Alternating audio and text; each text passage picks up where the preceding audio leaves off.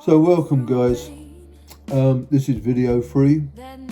I hope that you've watched video 1 and 2, which will bring you up to date and see where I'm trying to take this channel. So I'm now arrived home from the rehab unit, and this is where I'm going to start exercising, to try and get back walking, But before I go into this video, I would just like to say that I'm not that comfortable making videos, I'm not very good. Let's put it that, talking to myself. So just please bear with me. I think it's important that I really do go through, because I think that my own experience, not just of the stroke unit, but experience over 70 odd years, will help a lot of people out there, and especially if we can get comments and find out how people are going and what their own story, that's really what I would like, is to hear your story of what you've gone through, which will help me, and then we can knock it backwards and forwards between everybody, and hopefully anyone that's struggling out there with their own journey, it will make it a bit easier to see that you're not alone, we're all in it, let's get it done. So what I've decided is, instead of it being doom and gloom all the time, at the end of each video I'm going to do what I call story time, which will just be a short story about some stuff that's happened in my life, some stuff that maybe the youngsters have got no idea of, how the world has changed and stuff like that, just to lighten it up. So please watch it, watch the videos to the end, and hopefully that you will enjoy it. So thank you so much for watching up to now. Thank you. So welcome back guys. So now I'm going home to a new house, because my old house had stairs, so I can't go back there. So my niece has arranged for me to go to an apartment in a sheltered building, which is where I am now. So my stay in the rehab unit was okay, a bit traumatic, I found it difficult, the hospital stay, like anyone would, after all what's happened, being a builder, I've had lots of problems in my life, fell off a roof twice, got up and walked away. Just before I had the stroke, I walked into a scaffold tube, which knocked this tooth loose, gone home, pulled it out with a pair of pliers. So that's the sort of person I am. So to end up in hospital and a rehab unit has been very, very difficult for me. So I am so happy to be home and out of that environment. Although I've got to say, everyone I dealt with was absolutely fantastic, and I thank them all so much for helping me. So now I'm at home, and I can only walk a few steps, about 4 or 5 steps, with the frame. I can't walk unaided with the frame. So I had a phone call from the physios.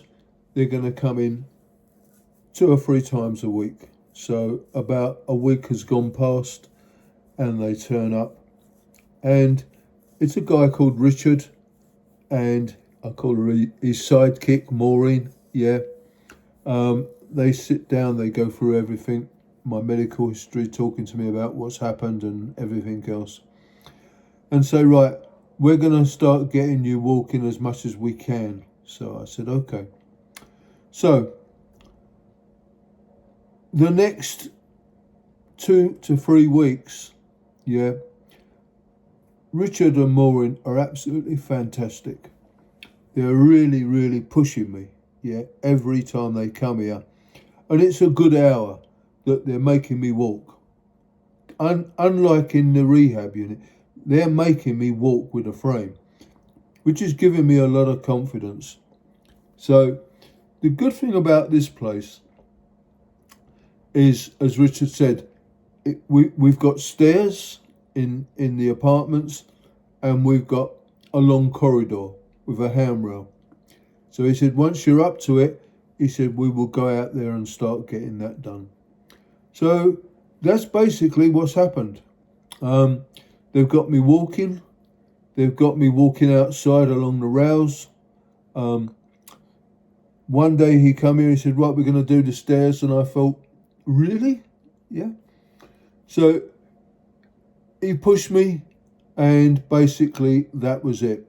So now I can do 4 flights of stairs up and down without stopping. Yeah.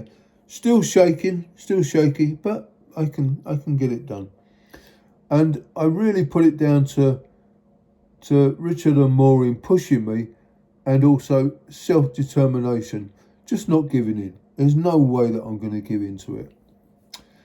So after maybe 2 months, Richard said, we can't come no more because we've taken you as far as we can. So basically you're on your own.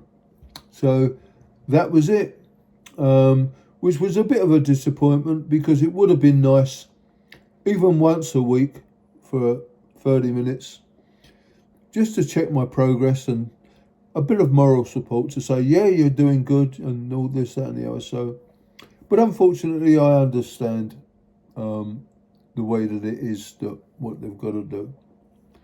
So my stage at the moment now is that I can walk quite a long way with the frame, quite a long way with just a walking stick, and I'm ready to start this protocol, which is what the YouTube channel is all about, using AI. I'm determined, really, really determined to get back to somewhere where I was before. And I feel confident in that I can actually do it. Yeah. So, as I said before, I welcome all comments, good or bad, negative or positive. Yeah, I can deal with anything. Yeah.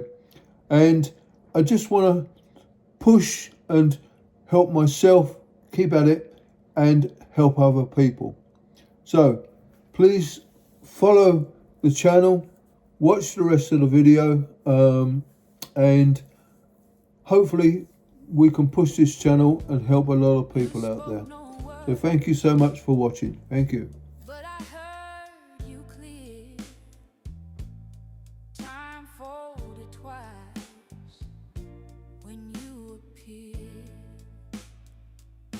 My shoes forgot how to follow the ground. Your eyes bent like turned it upside down. I held your hand, but felt the whole sky shift. Baby, I swear I never felt like this. Hi guys, welcome back again. So as I said at the beginning of this video, I'm going to do some what I call story time, just to lighten it up a bit. So this goes back a few years, yeah, and it's about my grandson's friend, a guy that come from the Congo, yeah. He come here when he was a young kid. He's gone to my grandson's school, yeah, and he was bullied. Yeah, because obviously he's black. So my grandson is a big kid. He took him under his wing, and basically they ended up very good friends. So to cut a long story short, over the years they've grown closer and closer, and then Paolo, or we call him P, yeah, got into a bit of trouble with the police because he was into drugs and stuff like that, and he couldn't get out of it. But what he done was he joined the parachute regiment for I don't know how he got in it, but he joined the parachute regiment. So I didn't see him for many years, yeah. And then one day my grandson Lou said to me, "Granddad, do you reckon we can, P's out the army now, he's out the parachute regiment, do you reckon we can give him some work?" So I said, "Yeah, no problems." So I said, "Tell him to be at this, on this corner, 5 o'clock in the morning, and he can come with us."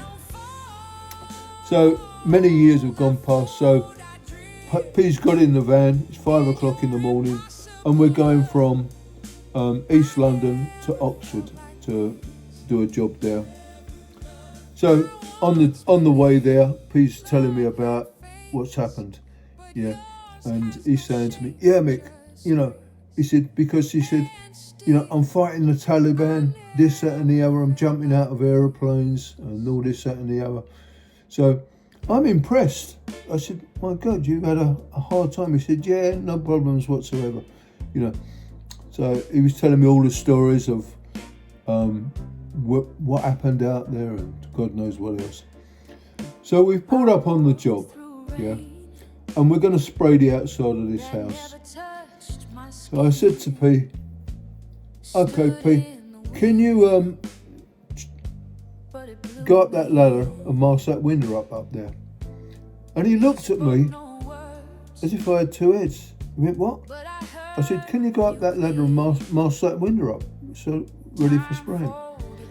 And he went, "Oh, Mick." He said, "I don't like ladders." I went, "What the fuck? What do you mean you don't like ladders?" He went, "No," he said, "I'm scared of heights." I said, "Pete, you just come out of the parachute regiment." He said, "No, it was different." And I went, "Oh, for F's sake." So that was it. So all we could do was give him groundwork. He couldn't go up ladders. So here's this guy that's come out of the parachute regiment, tough as old boots, and he's scared to go up a ladder. So there you go. So I've put a picture up of me and him when we was working on a job, and we had a great laugh together. So I hope you like that story, and it just takes a little bit of the doom and gloom of the stroke. So thank you for watching.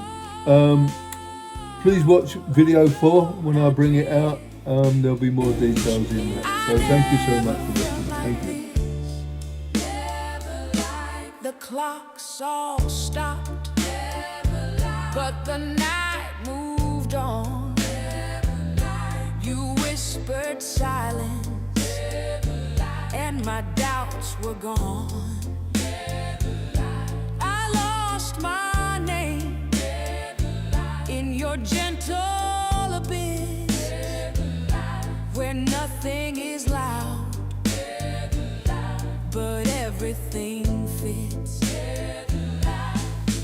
There's no map here, no north, no line, but you touch my soul like you did.